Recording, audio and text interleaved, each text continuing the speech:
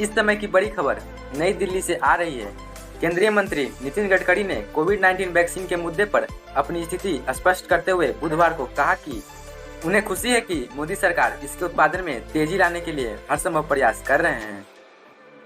गडकरी ने मंगलवार को एक समारोह में कहा था कि महामारी के दौरान देश में उत्पादन बढ़ाने के लिए अधिक से अधिक दवा कंपनियों को कोविड-19 की वैक्सीन बनाने की अनुमति दी जानी चाहिए। उनके इस बयान पर विपक्षी दलों की जोरदार प्रतिक्रिया आई। इसके अलावा उन्होंने ट्वीट किया कि मैंने कल यानी मंगलवार वैक्सीन उत्पादन में तेजी लाने का सुझाव दिया था। मैं भाषण से पहले इस बात से अनजान था। रसायन और उर्वरक मंत्री मनसुख मंडाविया ने उत्पादन बढ़ाने के लिए सरकार के प्रयासों से अवगत कराया। आगे उन्होंने यह भी कहा कि सम्मेलन के बाद उन्होंने मुझे यह भी बताया कि भारत सरकार पहले ही 12 विभिन्न संयंत्रों यानी कंपनियों को वैक्सीन निर्माण की सुविधा प्रदान कर रही है और इन प्रयासों के चलते निकट भविष्य में उत्पादन में तेजी से वृद्धि की उम्मीद है। गडकरी ने कहा कि वह इस बात से अनजान थे कि रसायन और उर्वरक मंत्रालय ने मंगलवार को उनके सुझाव देने से पहले ही ये प्रयास शुरू कर दिए थे।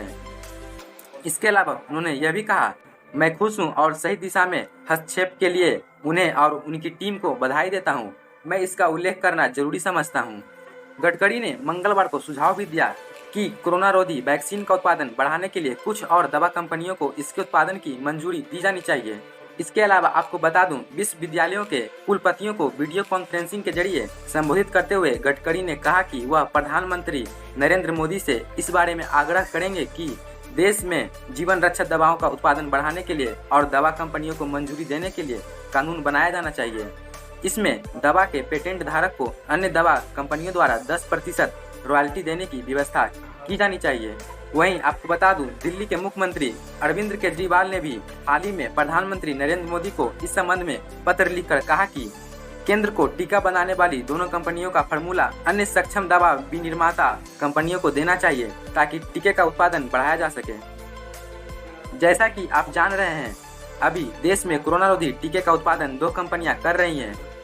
पहला भारत बायोटेक जो कोवैक्सीन टीका बना रही है और दूसरी सीरम इंस्टीट्यूट ऑफ इंडिया जो कि कोविशील्ड का उत्पादन कर रही है।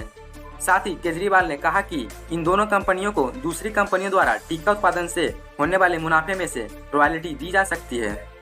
आपको बता दूं कि देश में फिलहाल 3 टीकों को ही इस्तेमाल की अनुमति मिली है, कोवैक्सीन, कोविशील्ड और Sputnik V. Doctor Reddy's lab Sputnik V का रूस से आयात कर रही है। फिलहाल देश में इसकी उपलब्धता व्यापक स्तर पर नहीं है।